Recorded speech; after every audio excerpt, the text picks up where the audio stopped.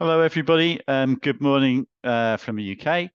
If you're here or if you're in Bangladesh or elsewhere, good afternoon, good evening. And you are very welcome to this webinar for University of Plymouth International College, UPIC, to describe to you everything about the college and about our offering and how to apply for our next intake in September.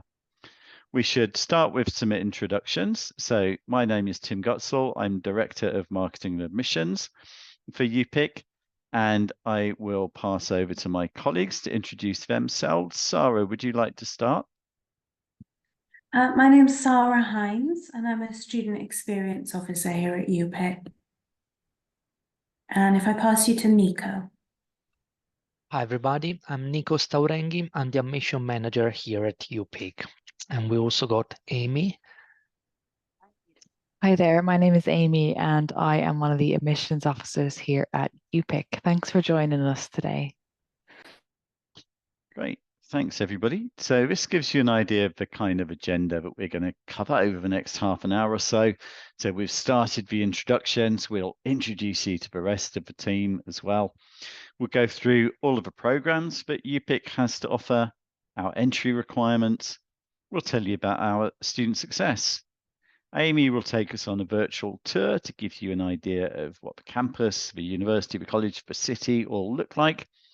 We'll tell you about our accommodation provision, take you through the important dates and some scholarships information, show you our social media channels, and then towards the end, we'll go through some frequently asked questions. But please do feel free as we go along to ask any questions you have.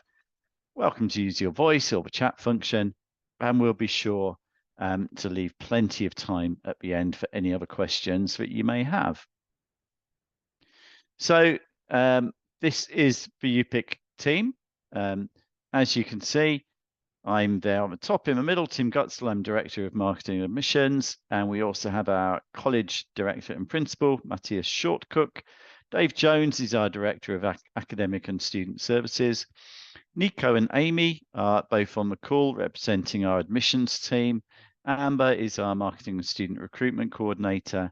Then we have our Student Experience team, led by Toby, and Sarah has joined us as well to talk more about our student experience function. But as you can see, a small but perfectly formed team. A big advantage of being a smaller team is that you can reach out to any of us with any questions you have.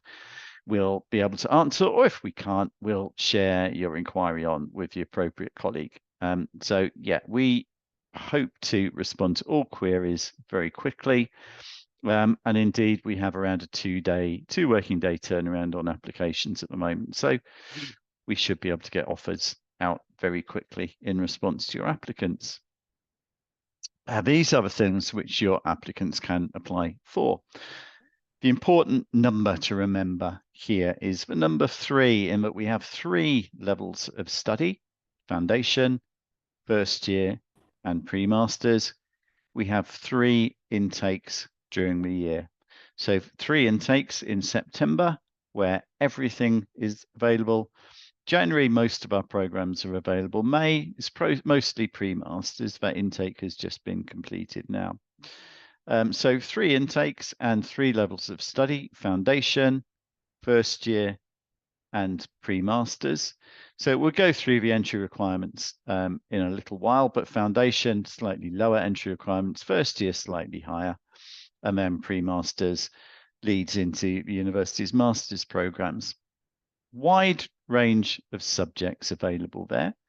Some things that you might expect to see pretty much anywhere, like business, computing, but lots of things which are quite unusual and specific to Plymouth. Specific as well to our coastal location. So we're a coastal university in the southwest of England, and a big advantage of that is we have lots of world-leading, in fact, expertise in all things marine, coast, ocean sciences. We have maritime business as well, which relates really well to our location here.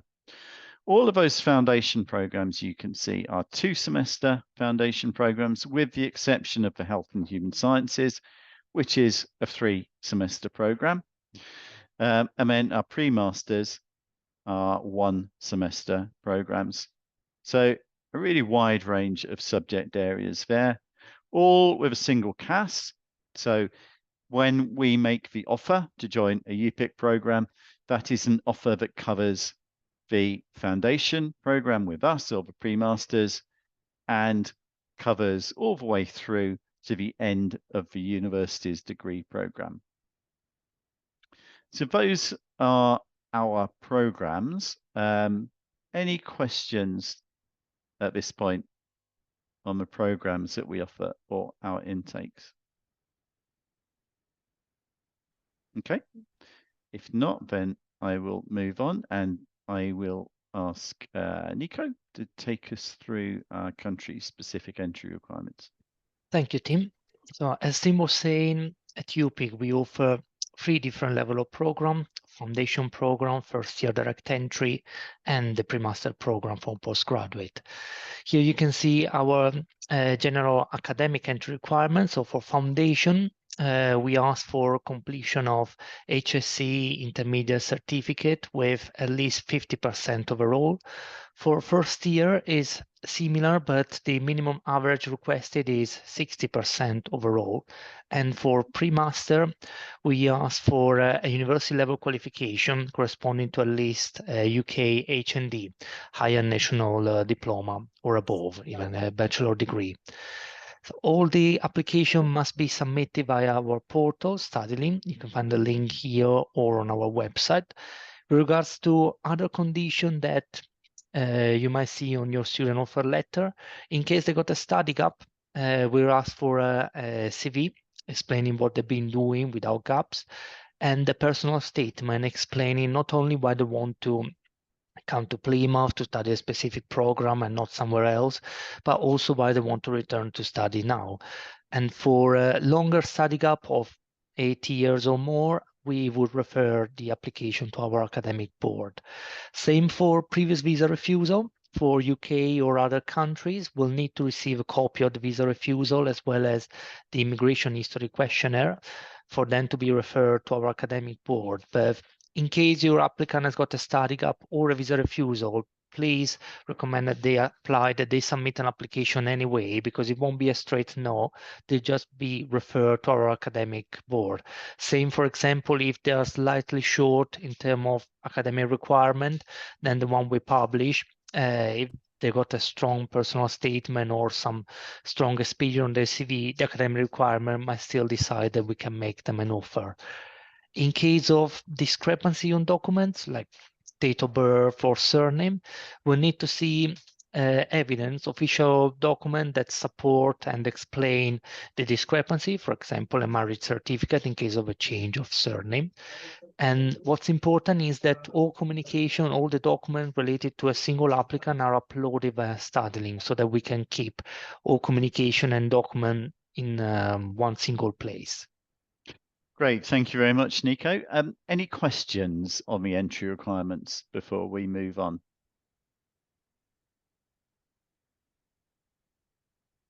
Okay, great. Student success. Now, we can talk a lot about the programs that we offer, the fees, or the technical details of how to apply, but all of that is just building to one thing, which is our main purpose here, and that's student success. We're good at this. So you can see here, more than 85% of our students progress from UPIC to the university. More than 85% of students complete their university degree. That's really important to us. It's all about the students. It's all about helping them to achieve their goals, to meet their aspirations. And we know that's about, it's not just about being with us. It's about leaving UPIC and moving on to the university.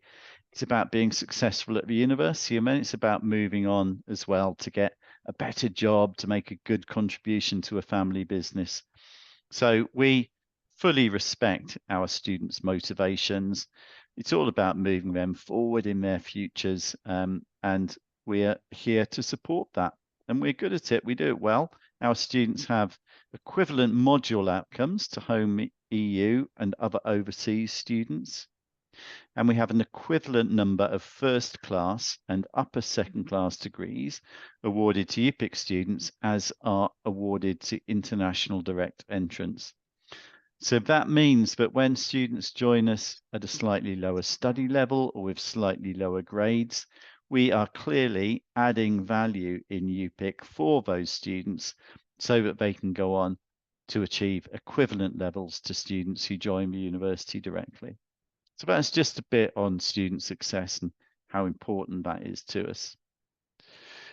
Now we're going to give you an idea of how the college, the campus, the city, how they all look, and Amy is going to take us on a virtual tour. Thank you, Tim. Just going to open the screen up. Tim, can you see Plymouth? There we go. Yep. Perfect. Thank you. Thank you for joining me on the tour. I'm going to give you a brief tour of our campus and the city, just so you and your students have an idea of what to expect. I'm going to start off at UPIC. So we are here in this building, 15 Portland Villas, and we are right on the edge of the campus, which is the center of the campus is right here. So if I slowly turn around, you will see that I'm actually on top of the center of the campus right here. So in the middle, you've got the Students' Union, you've got our 24/7 library, and then a couple of the lecture buildings are right next to the center. So our newly renovated Babbage building is here. That caters for our engineering courses.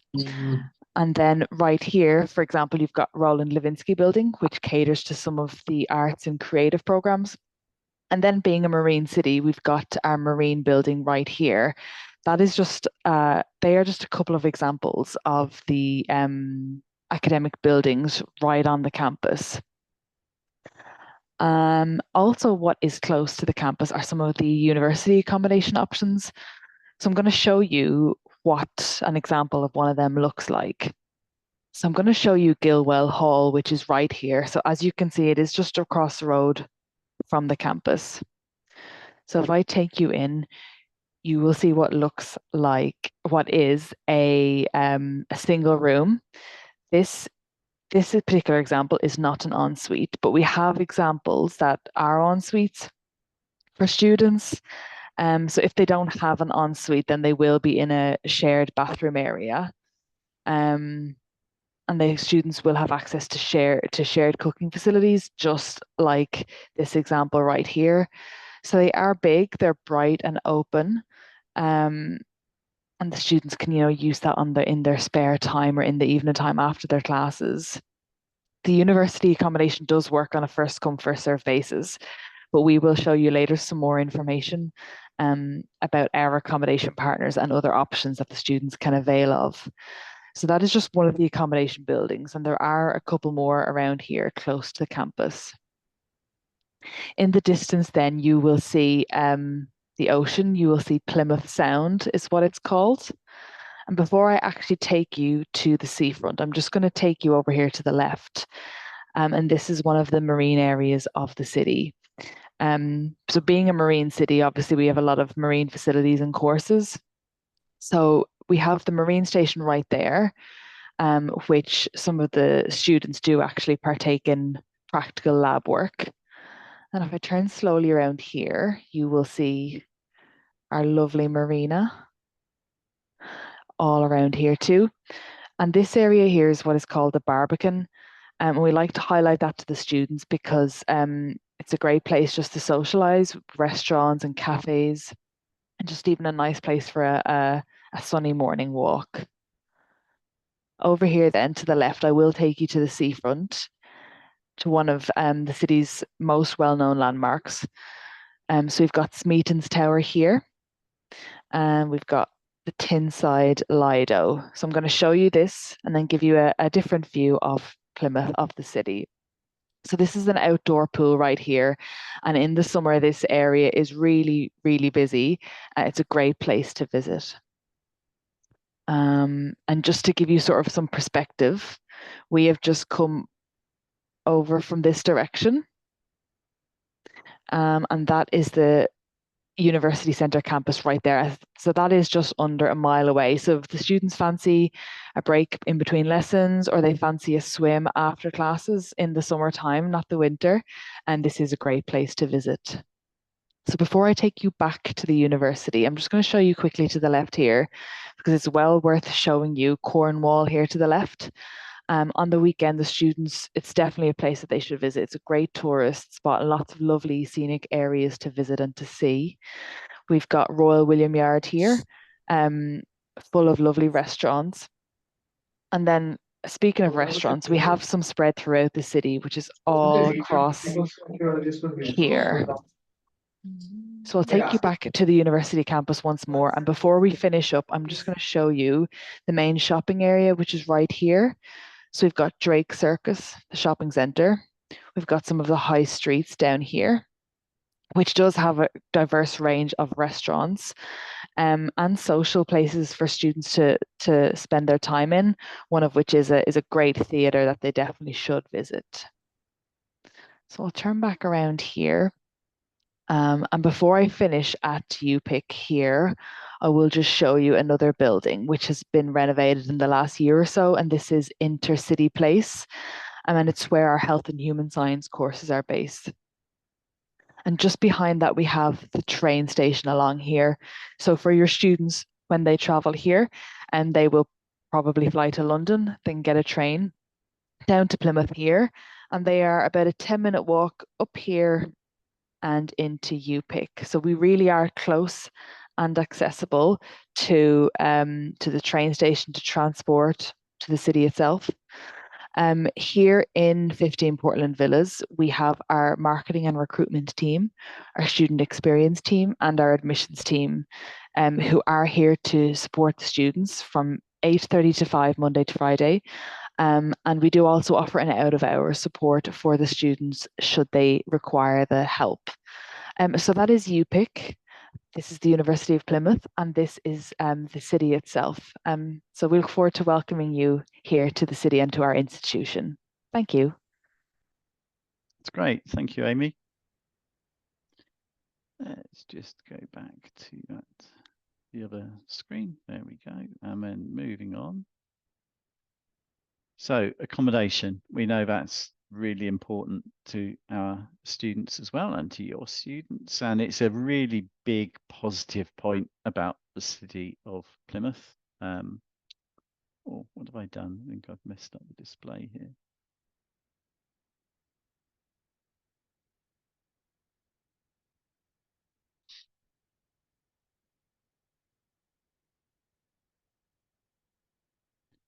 Bear with me.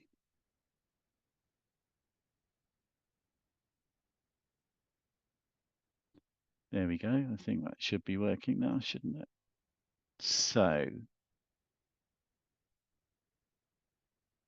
let's go back to the right place. Don't want to start at the beginning again. There we go, back to accommodation. So a big advantage of Plymouth as a student city, we have lots of accommodation available. As Amy described for you, a lot of the university and the college are right in the city centre, and a lot of our accommodation is within a very short walk of the campus, so 5 to 10 minutes away. And it really is a walk. There's no faster way of doing it by public transport or any other way. It's a very convenient city just to walk around quickly in the centre. Lots of rooms are en suite. If students choose to use our preferred letting agent, then a complimentary bedding pack is available and moving day help. And that's through Clever Student Lets. So they know us well. They are very flexible on contract start and end dates for our students, but it's not compulsory to use them. Students can use any letting agent or find their accommodation independently as they prefer, but we have that option through Clever. And all of this in a university, which is the second carbon neutral university in the UK. And that stat, as of today, is no longer true. So we were the number 3 UK young university, according to the Times World University Rankings. We're now number 2 UK young university. So that's universities which are 50 years old or less. Plymouth is very proud to be number 2 in that ranking. It's a very safe, I shouldn't say very safe, should I? Because we can't guarantee that. But according to all of the data, Plymouth is the 15th safest UK city. So relatively safe and very cost effective as well. So with accommodation prices starting from around £100 a week, which you will know is a third to a half of London and other big city prices. So lots of positive advantages around our accommodation, and there's an application form available directly on our website. Sarah, would you like to say a little bit more about the different stages in the accommodation booking process?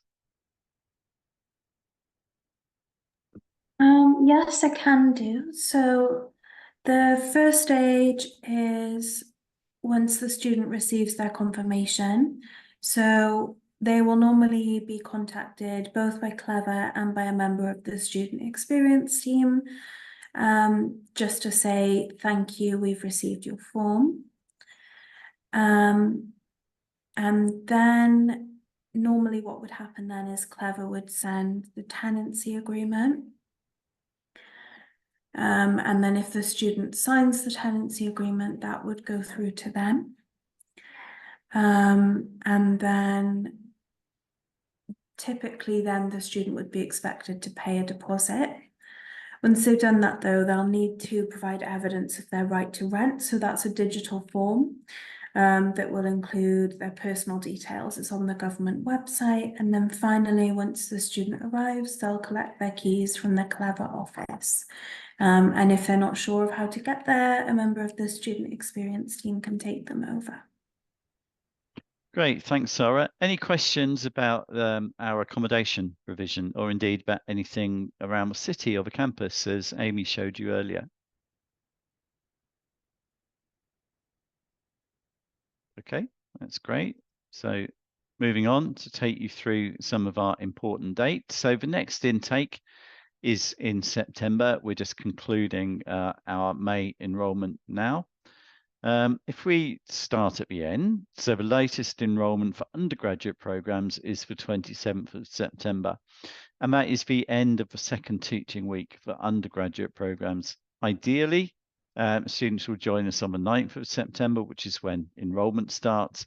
We have a whole induction week, but we can have some flexibility on start dates for undergraduate programs, not for postgraduate programs though.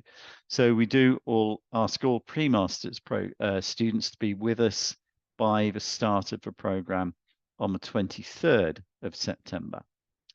And then going back to the beginning, our application deadline for both undergraduate and postgraduate is the 19th of July. Payment deadline is the 9th of August. The CAS deadline for the standard CAS, the standard visa process, is the 23rd of August, and the 27th of August for students who can use a priority visa service. And then, as I said, enrolment starts on the 9th of September for undergraduate students, 16th of September for postgraduate, and we have a full program of induction week activities. So those dates, they're dates which are set by us because in our experience, that's the kind of timescale that's required to make sure that we get everything organized in good time for students to join us to those deadlines. If a little bit of flexibility is required and we can see that just by being a few days later, a student can still join us on time, then we'll certainly do all that we can to be flexible around those deadlines. And then on scholarships, we have some scholarships available for UPIC. So especially for pre-masters, there can be scholarships of up to £1,500 this September. So that's a really good discount there. For all UPIC students, when they progress to the University of Plymouth, if their grades are 70% or above on their UPIC program, and they have more than 85% attendance, then that is a guaranteed £2,000 scholarship when they progress to the university. So that's quite generous. And then even more generous, the university has an Academic Excellence Award. And around 50 of these awards were made earlier this year. And that award is 50% of the tuition fee. And that may be just for 1 year, or if those high grades continue, it can be for each year of study. So good news, I think, about scholarships in that up to 50% of the tuition fee can be available, especially for high performing students. Taking a look at our social media. So we have lots of social media presence on Instagram, on Facebook, on YouTube. And as I mentioned, we're recording this session, so we'll post that there on our YouTube channel. We're on LinkedIn, Threads, lots of different social media, which can be useful for students who are looking to try and get an idea of what kind of a college we are. We also use the social media to stay in touch with our current students as they're going along, to inform about social events and everything that's going on in the college. And then we're getting towards the end now. We have a set of frequently asked questions. So these are things which we know students ask us routinely. So we'll go through these questions and do a bit of role play here amongst the UPIC team. If you find, though, you have a question which isn't covered here, then do feel free to ask us. And we'll leave some contact details at the end, just in case you think of anything after the session. But let's kick off here with the first question of, Nico, I'll ask you, how can I enroll if I haven't received my visa yet? Thank you, Tim. So unfortunately, we don't provide any online teaching delivery, so there are no online lessons. It's not possible for students to start attending lesson and enroll if they haven't received their visa yet. It's very important, therefore, that as soon as they receive their CAS, they apply for the visa straight away, and they keep us up to date on their visa application.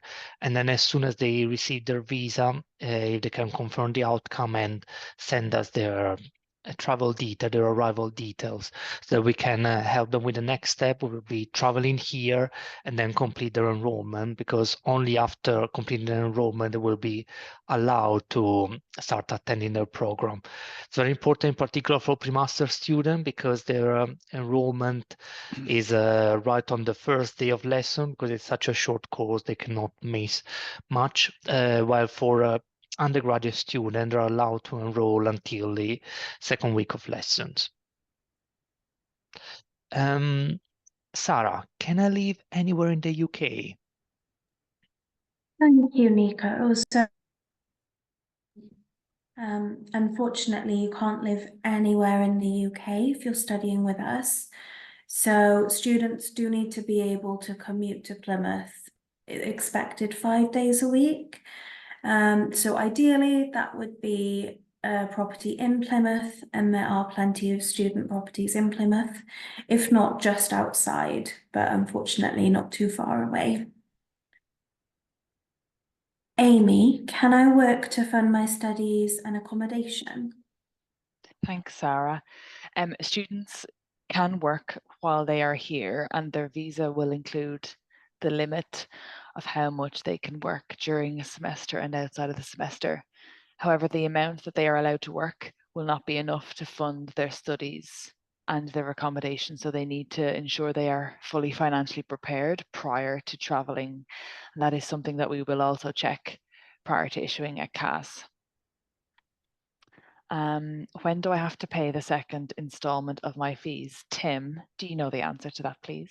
I'll give it a go, Amy. Thank you. So we have a deposit payment. That's the first instalment. So for pre-masters, because it's a shorter program, we do ask for 100% payment before issuing the CAS.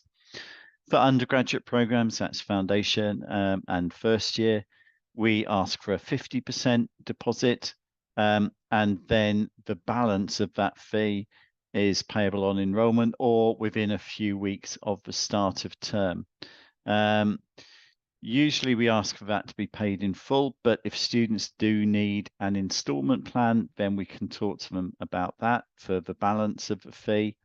But just important to remember that we can't allow anyone to progress to the university while still carrying a debt. So all of the fee does have to be cleared before students progress from UPIC.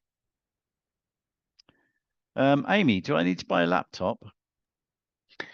Students don't have to buy a laptop, but because we do have a 24/7 library on campus that students can avail of. It would, however, be recommended to have one, as it will make things easier for the student to access their work. We also recommend that the student acquire a laptop, and it doesn't have to be brand new, it could be secondhand. We can direct students to places in the city where they can get a refurbished or secondhand laptop. We advise that the laptop that they acquire have Microsoft programs. Tim, is that correct? Yeah, absolutely. Did I get it right this time? Yeah, so just access to basic programs like Word and Excel. All students are going to need those. So don't be tempted by a Google or Apple or something which doesn't have that basic software. So MS Office.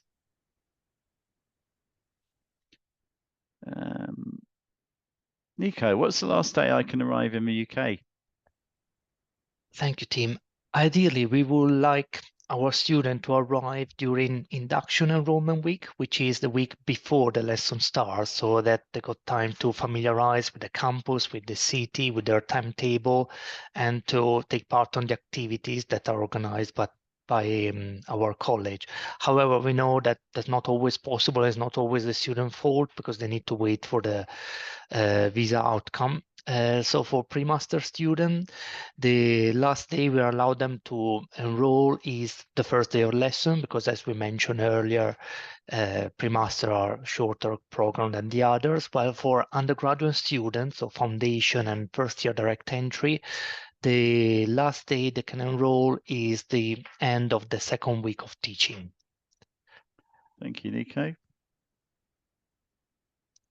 And finally, Sarah, what is the first thing I should do when I arrive at the airport in the UK?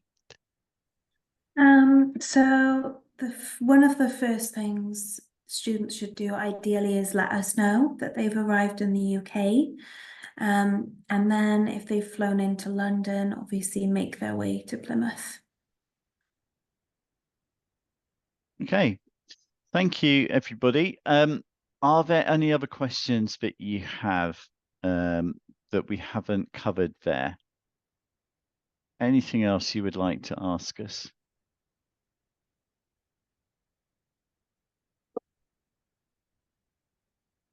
I'll put up our contact details there, so if you think of anything after we've finished, then you're very welcome to reach out. As I mentioned before, we're a small team, so reach out to any of us and we can share your inquiries on, make sure you get an answer. The image you can see there is actually of the British Firework Championships, which happens every year in Plymouth on the waterfront. So over 2 evenings in the summer, we have a fantastic fireworks competition that attracts people from far and wide to come and watch. Okay, so any last questions before we wrap up the session?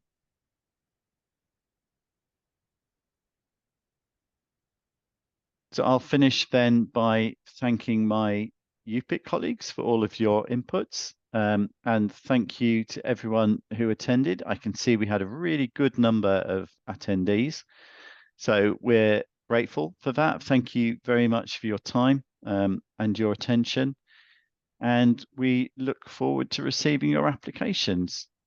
So yeah, thank you very much, everybody, and enjoy the rest of your day. Goodbye.